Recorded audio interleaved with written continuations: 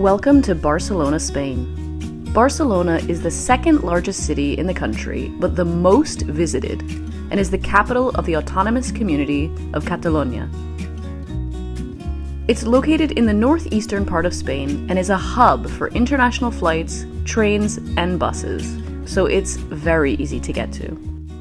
I am here for 2 days only, as the title of this video sums up for you. I know it's not enough time to explore this place, but I based myself in Girona for the week. It was a little bit cheaper, easier to get to with cheap flights, but on the train it's 13 euros each way and 35 minutes, so it's easy to come in for the day. So I'm doing that for 2 days in a row, starting with Parc Güell, which has been an absolute highlight so far. It's such a cool place to spend some time. Only 10 euros, you have to book in advance. Even when we came up today, there were loads of signs that said sold out, so make sure that you book at least a day or two in advance, but well worth it. Such a cool day.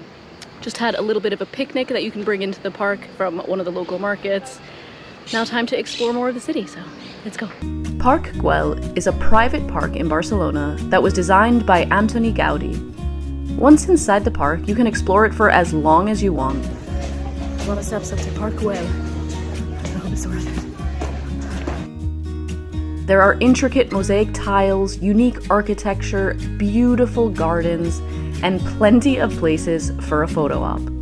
You just have to battle the hundreds of other people who are also interested in taking the same photos.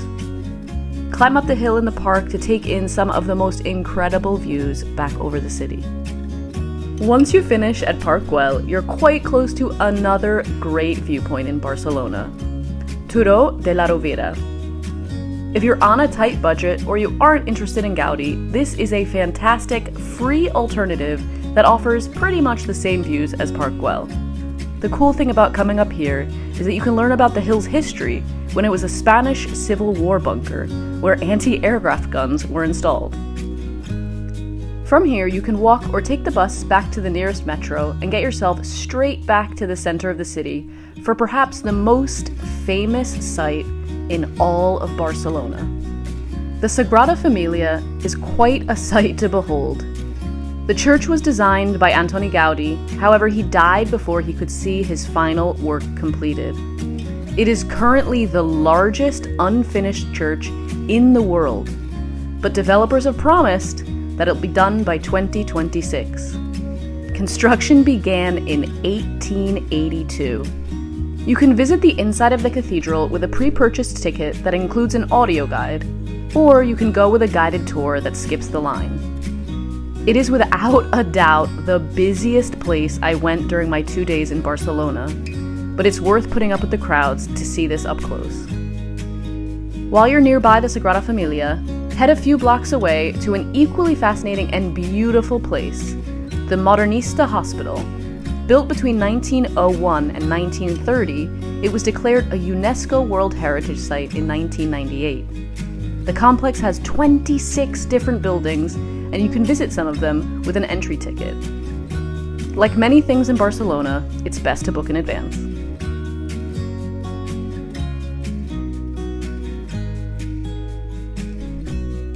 Day 2 in Barcelona was reserved for exploring more of the historical center and seeing a little bit more of Gaudi.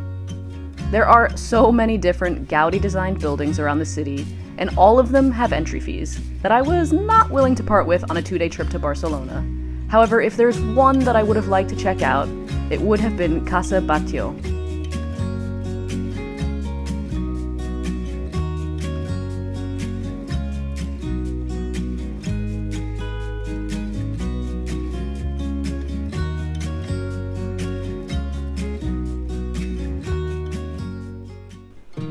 From here, I walked down La Rambla into the Gothic Quarter of Barcelona. You can get lost in the narrow cobbled streets and stumble upon things like ancient Roman ruins, city walls, little churches, and big ones too.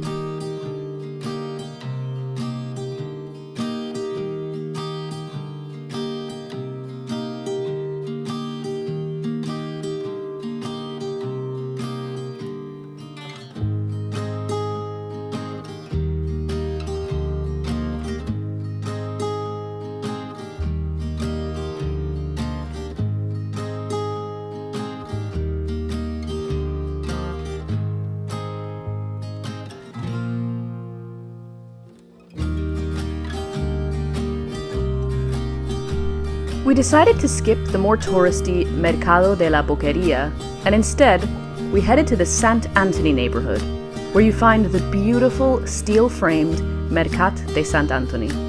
Home to fresh produce and lots of delicious prepared foods, I grabbed a few things to take with me for lunch later that day. My final stop on my 48-hour whirlwind trip around Barcelona was the Arco de Triunfo and Ciutadella Parc. It's such a nice place to walk around, grab a cold drink, and sit in the shade on a hot summer day.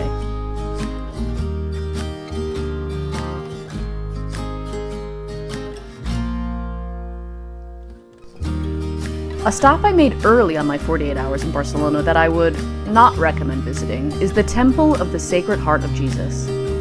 I saw so many amazing photos of this place before coming, and it was quite disappointing to have to pay 12 euros to go up a funicular to the top of this hill only to discover that the church shares the hill with an amusement park.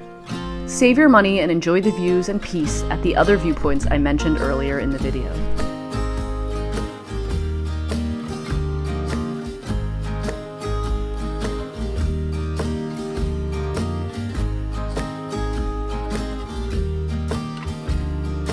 I hope you enjoyed traveling Barcelona with me.